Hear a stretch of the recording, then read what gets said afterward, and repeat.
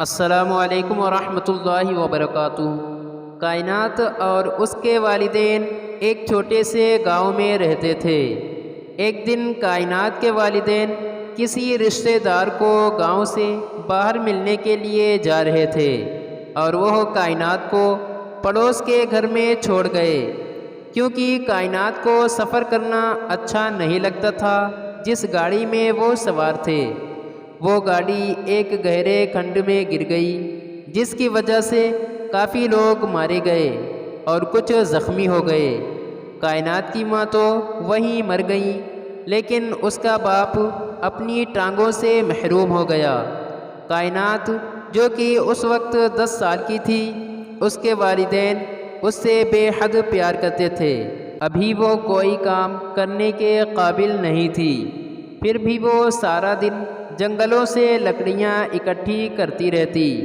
شام کو جو پیسے ملتے ان سے اپنے اور اپنے والد کے لیے کچھ کھانے کو لے آتی۔ ایک دن اسے بہت سخت بخار ہو گیا، جس کی وجہ سے جنگل میں لکڑیاں اکٹھی کرنے نہ جا سکی۔ گھر میں 3 روٹیاں پڑی ہوئی تھیں اور اس نے اپنے باپ کو 2 روٹیاں کھانے کے لیے دے دیں اور ایک اپنے لیے رکھ لی۔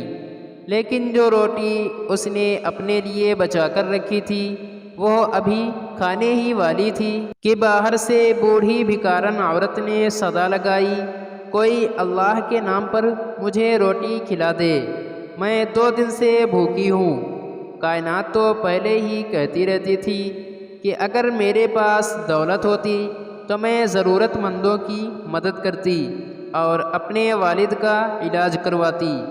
اس نے دل ہی دل میں سوچا کہ دولت تو میرے پاس ہے نہیں، اس لیے مجھے ایک روٹی کے ذریعے ہی اس بوڑھی عورت کی بھوک مٹانی چاہیے۔ اس نے اپنے آگے سے روٹی اٹھا کر اس بوڑھی عورت کو دے دی۔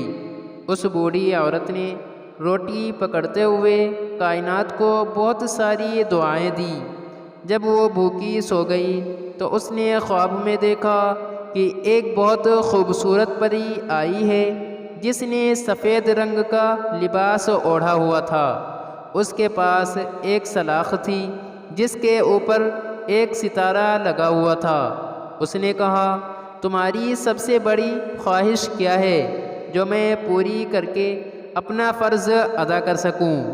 کائنات نے کانپتی ہوئی آواز میں جواب دیا کہ اے نیک پری، میں چاہتی ہوں کہ میں ایسے لوگوں کی مدد کروں جو کہ غریب اور ضرورت مند ہیں اور اپنے والد کا علاج کرواؤں۔ اس پری نے کہا کہ تم ایسا ضرور کر سکتی ہو، کیونکہ تمہارے یہ سب کام اللہ تعالیٰ کو بہت پسند ہیں۔ پری کے پاس ایک ستارہ تھا جو اس نے ہاتھ میں پکڑا ہوا تھا۔ اس نے اس کے درمیان میں سے ایک نایاب موتی اتار کر دیا اور یہ کہتے ہوئے کہ اللہ تعالیٰ تمہیں ضرور کامیاب کرے گا، غائب ہو گئی۔ جب کائنات نیند سے بیدار ہوتی ہے تو سچ مچ اس کے ہاتھ میں نایاب موتی ہوتا ہے، جس کی شعاعیں دور دور تک پھیل رہی ہوتی ہیں۔ اپنے والد کو سارا واقعہ سنایا۔